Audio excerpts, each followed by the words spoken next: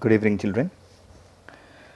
Today we shall start a new chapter, that is Lesson 13, the establishment, expansion, and consolidation of British rule in India. In this chapter, we shall learn about the British rule, the starting of the British rule in India, the causes for the dispute or the conflict between the British and the French. We'll also discuss about the wars that they fought, the territories that they occupied, and we'll also discuss lastly about how British established themselves firmly in India. Now, if you remember, in the previous chapter, that is in chapter 12, mercantilism and advent of the Europeans, we discuss how the European nations, the merchants, how they came to India, for what purpose. That is, first of all, they came to trade, and at last, these European nations, they started to interfere in India's socio-economic life and as well as in Indian politics. Again, further, we shall also discuss about how the English and the French fought for their political supremacy in India, because at that time the English East India Company and the French East India Company were rivals, the main rivals in India. So, if you remember that the English East India Company had established their main bases of forts in Bombay, that is what we call now Mumbai, Madras, that is Chennai, and Calcutta, that is Kolkata now. So likewise, the French East India Company had also established their settlement in various parts of southern India, especially in Pondicherry, then in Chandannagar near Kolkata in Bengal. Now, both the English East India Company and the French East India Company had already come to know about the weakness of the Indian states and as well as the Mughal Empire. And so these two nations, France and England, they had dreamt big of establishing their empire in India and also to earn huge amount of money from India. So, while waiting for the right opportunity, they got it in the year 1740 AD, when the War of Succession broke out in Austria. Now, what was this War of Succession? Now, in the year 1740, the ruler of Austria, that is King Charles VI, he died. And after his death, his legacy, the throne was occupied by his daughter, Maria Theresa. But at that time, according to the law of the land, a woman cannot become the inheritance of his father's legacy. But Maria Theresa took over the control of the entire territory that her father had controlled. But however, the ruler of Prussia, Frederick II, he tried to capture a land or a region called as Silesia for Maria. And Prussia was being helped by France. And on the other hand, Maria was being helped by England. So, as a result, France and England were enemy in the War of Succession of Austria. And that War of Succession there in Austria also ignited the war in India between the East India Company and the French East India Company.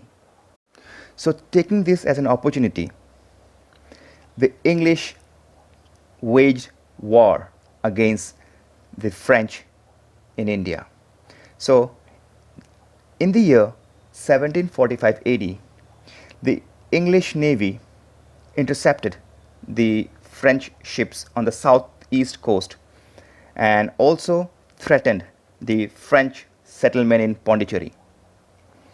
At that time, Joseph Francois Dupleix, he was the governor of Pondicherry. Now, he seized Madras from the British, that is, he captured Madras from the British. And the British East India Company were unable to defend themselves. And as a result, the British East India Company, they asked help from the Nawab of Karnataka. The Nawab agreed to help the East India Company, that is the British East India Company, and sent a huge army to help. But the French, under the leadership of Dupleix, defeated the army of Nawab also. And in the meantime, in Austria, in Europe, the War of Succession of Austria came to an end, and there was a treaty signed. So, since the war there in Austria came to an end, so the war in India also halted temporarily, and an agreement was also signed here in India between the East India Company and the French. And according to this treaty in India, the French returned whatever they have captured from the English East India Company, especially that region or the area called Madras. And this was known as the First Carnatic War. Now, after the Battle of Carnatic, the First Battle of Carnatic, again there was peace, but that is for a time being, because as we had discussed earlier, that the English and the French were always waiting for an opportunity to take control of the entire India. And this opportunity came in the year 1748, when the Nizam of Hyderabad died and his son Nasir Ganj sat on the throne. Now, however, the grandson of Nizam of Hyderabad, Muzaffar Jung, he also wanted the throne and he also laid his claim. Likewise, similar crisis had developed in Karnataka also. Chand Sahib, the son-in-law of the deceased Nawab, that is dead Nawab, Dost Ali, had become free from the captivity of the Marathas. And he wanted to remove the present Nawab Anwaruddin and become the Nawab by himself. So, as a result, Governor Dupleix, who was waiting for an opportunity, helped both Muzaffar Jung and Chand Sahib. That is, Muzaffar Jung to claim the throne in Hyderabad and Chand Sahib to claim the throne of Karnataka.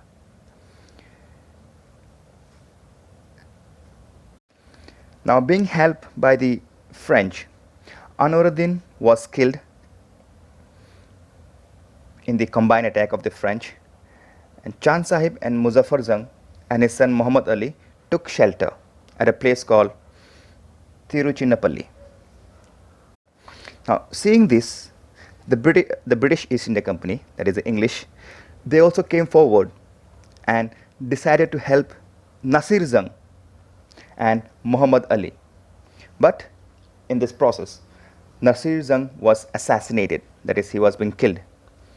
And Muzaffar Jung, with the support of the French, became the new Nizam of Hyderabad. However, Muzaffar Jung was also murdered, and the French they made Salabat Jung, the third son of the Nizam, as the new Nizam of Hyderabad. Now both Muzaffar Jung and Salabat Jung gifted Musalipatlam port and the nearby area and the entire stretch of the land lying in the south of the river Krishna to the French as a gift for helping them to claim the throne. Now the Nawab of Karnataka, that is Chand Sahib, also gifted 80 villages near Pondicherry to the French. And in this way, the French got a good hold of position and land and power in Karnataka and Hyderabad. Now, in the meantime, the English governor, Sander, had appointed a young man named Robert Clive to go and capture Arcot, that is Karnataka. Now it is called Karnataka, at the time it was called Arcot. So Robert Clive won Arcot after 2 months of battle.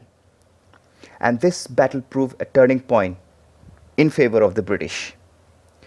They defeated Chand Sahib and made Muhammad Ali the new Nawab of Karnataka. Meanwhile, both the English and the French government in their country back home decided not to interfere in each other's internal matters of India. So, as a result, they stopped from fighting against each other for power and brought to an end to the Second Carnatic War. So this was the Second Carnatic War where British and French were involved because of trying to claim the throne or the power in both Hyderabad and Karnataka. Now, after the settlement, Dupleix, the governor, the French governor, was called back by his government. And now, although both the French and the English had decided to not to wage war against each other in India and not to interfere in each other's internal matters, but these two forces, the French and the English, they were always waiting for a chance to resume their old rivalry. Then, in the year 1756, war broke out in Europe. And same thing happened in the war. France and England were opposite, fighting against each other. So this gave a chance for the French and the East India Company to continue their rivalry in India again. So as a result, a new battle or war started in India between the French and the East India Company. Robert Clive, who was a young man at the time, he captured Chandanagar from the French, and in return, the French governor, a new governor, Lally, he also captured the English fort St. David in Madras in the year 1758. Then, after capturing St. David Fort in Madras, Lally captured Tanjore.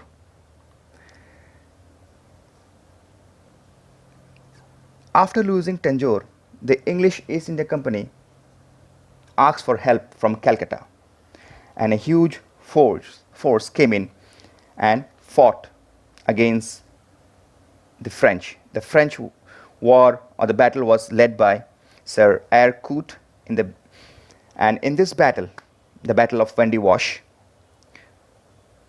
the French lost the battle. And after this battle, this was a decisive battle, the English East India Company got hold of the entire Indian administrative system, and they became the kind of a superpower in India. So that's all up to here. In the next chapter, we'll discuss about how the English East India Company later on started defeating the Indian rulers and occupying territory and gaining a strong foothold in India.